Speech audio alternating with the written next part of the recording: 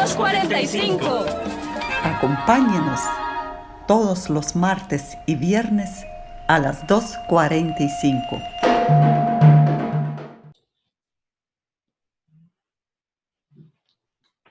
Buenas tardes, estimados radioescuchas. Les saluda Ekaterina Chatsky. Estamos en el programa 2:45 dedicado a las efemérides, músicos, artistas y acontecimientos de cada día. Y bien, hoy 7 de julio, martes, un día como hoy, nació Giovanni Francesco Anerio, compositor italiano, en el año 1569. También un día como hoy, nació Gustav Mahler, compositor austriaco, en el año 1860. Ya sabemos que a ustedes les gusta mucho este compositor. Y también Giancarlo Menotti, compositor italo-estadounidense, en el año 1911. Asimismo, hoy es el Día Mundial de Cacao, así que los amantes del cacao también tienen su día especial para celebrar. Yo, por ejemplo, soy la primera, que me encanta el cacao.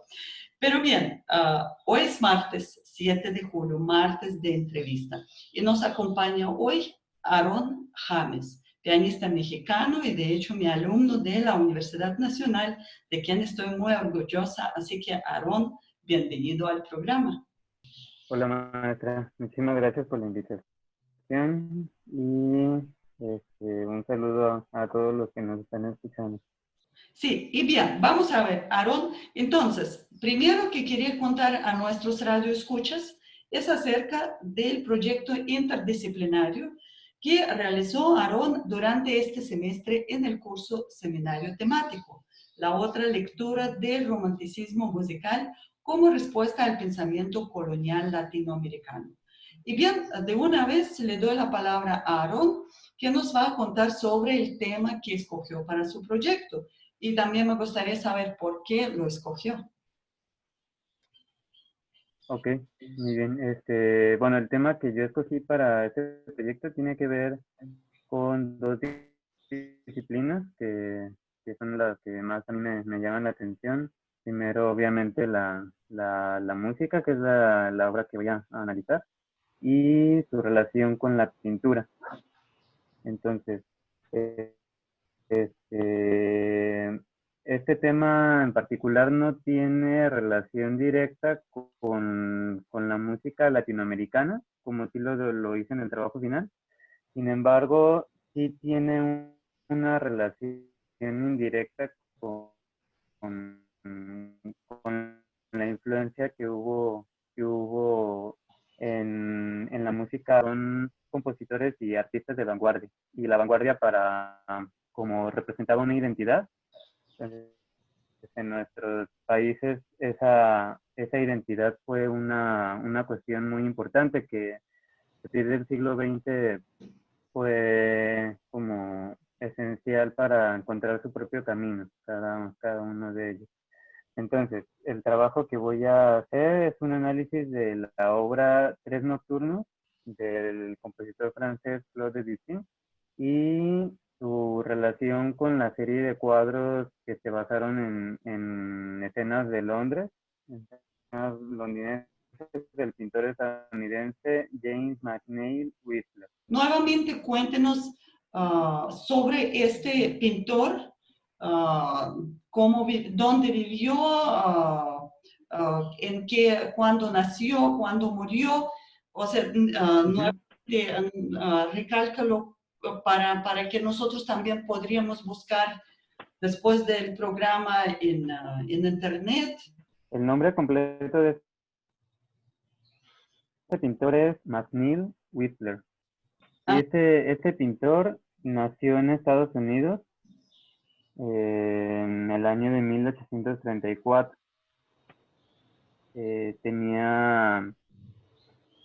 En realidad viajó durante gran parte de su vida entre Francia, Inglaterra y Estados Unidos, que fue donde desarrolló su pintura.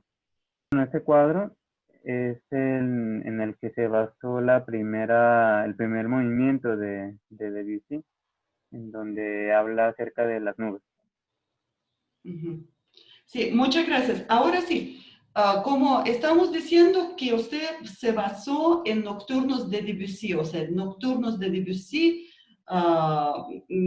fueron, digamos, como base, ¿verdad?, de su proyecto interdisciplinario, que al final analizó con recursos pictóricos. Pero bien, nocturno precisamente es el género musical que apareció en romanticismo. ¿Nos puede contar sobre sus inicios de este género musical? Los nocturnos en música vienen desde mucho antes también. Mozart, de hecho, ya había compuesto algunos nocturnos. También, bueno, Clara Schumann. Sin embargo, este, el compositor que desarrolló este género hasta estandarizarlo como un género aparte fue un compositor inglés que se llama John Field. Con este compositor, los nocturnos tienen como una característica muy particular que son muy íntimos. La la melodía que ellos, bueno, que estos nocturnos tienen es como muy lírica. Es un aspecto que desarrolló posteriormente Chopin.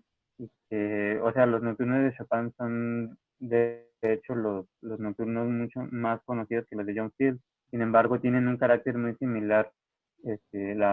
Son para piano, todos estos nocturnos. La mano izquierda prácticamente está creando una atmósfera en donde la armonía cambia muchísimo. Entonces, es una atmósfera que a pesar de ser muy tranquila, tiene cambios armónicos muy interesantes que ayudan a resaltar la melodía y muchas veces le dan un carácter diferente a esto. Aunque la melodía sea exactamente igual, como los cambios armónicos suceden muy diferente en cada ocasión, le dan un carácter diferente en cada repetición. Los nocturnos hablan sobre todo de emociones en este periodo. Son emociones muy íntimas en donde lo principal es lo que uno, por ejemplo, de los nocturnos de John Field, sobre todo uno siente nostalgia, tristeza, la pasión. Entonces, sobre todo hablan de emociones internas, ¿no? Conforme se fue desarrollando el género, Chopin ya empezó a poner mucho más drama en estos nocturnos. Sin embargo, seguían siendo escenas muy íntimas. Y eh, con Debussy, este género de nocturno tiene un sentido completamente diferente. No está hablando de emociones como tal, sino lo que quiere hacer Debussy es retratar un paisaje, o sea, una escena como tal. O sea, no tiene que ver como con cosas íntimas, sino simplemente cuando uno está viendo una escena nocturna, esa impresión que uno tiene al inicio, sin meterse demasiado en los sentimientos, sino simplemente es como la impresión que uno obtiene cuando ve una escena nocturna. Entonces, eso es lo que Debussy quiere hacer con esta obra. Darle como un nuevo sentido al género del nocturno. Cuando usted se acercó a los nocturnos de Debussy, ya vemos que escogió las pinturas para acercarse, ¿verdad? A estas piezas. Y bien, pero ¿cómo usted llegó a entender la partitura musical de Debussy con las herramientas de la disciplina, de otra disciplina? Cuéntenos, digamos, este proceso de aplicar herramientas de pintura a una partitura musical. Bueno, en el caso de Debussy, o sea, como se pudo haber hecho con otros compositores.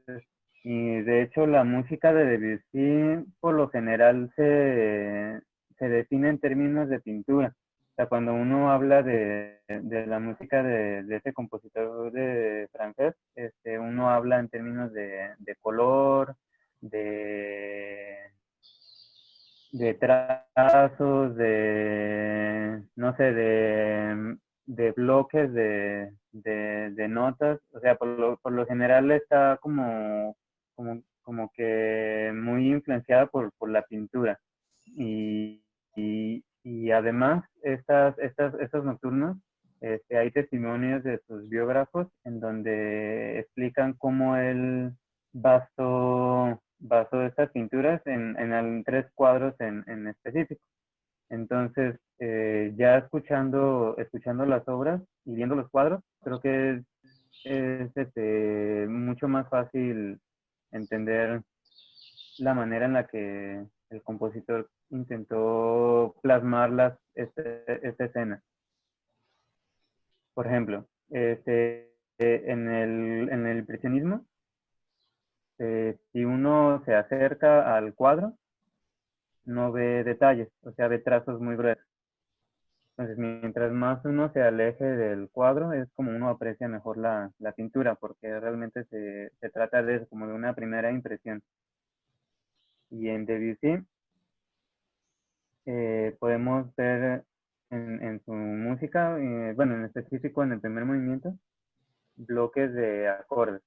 Entonces, cuando uno ve estos bloques, no ve como tanto contrapunto en realidad. Ya no se ve como un contrapunto como quizás se vería en Bach o incluso en muchas obras de Chopin, sino que ve como una línea melódica que se desarrolla por bloques. Entonces, estos bloques, como que a veces son tan densos, pueden entenderse quizás como los gruesos trazos de la pintura. Luego, otra cosa que explora mucho de Debussy son los timbres. Los timbres de la música de Debussy son una cuestión muy importante. Él juega mucho con los timbres para dar sonidos diferentes a la misma melodía. Los timbres muchas veces se asocian en la pintura con los colores. Entonces, cuando Debussy usa timbres, también quiere representar algunos colores. En esta en este primer movimiento, que es el que más estuve analizando, cuando cambia de armonía, por ejemplo, empieza en un modo menor, en si menor, y cuando cambia, de repente se estanca en un modo mayor, que es sol mayor, entonces este modo mayor es mucho más brillante. Y justo cuando comienza a hacer este modo mayor, entra una melodía que de alguna manera yo interpreto como un personaje, que es el único personaje que aparece en el cuadro, que es un testador. Entonces, cuando aparece este testador, que es el corno inglés en este caso, se estanca la armonía en sol mayor. Entonces, en este momento entran las cuerdas y estas cuerdas le dan un color mucho más brillante al cuadro. Bueno, voy a poner un poquito del cuadro que estoy hablando. Entonces, en la música, esto juega mucho de decir con los bloques de acordes, que son los trazos gruesos, con los timbres, que son los colores, y con la armonía, que en realidad es un juego entre modo mayor y menor, pero obviamente con con mucho juego en medio, pero básicamente él juega mucho con estos colores. 2:45. Acompáñenos todos los martes y viernes a las 2:45.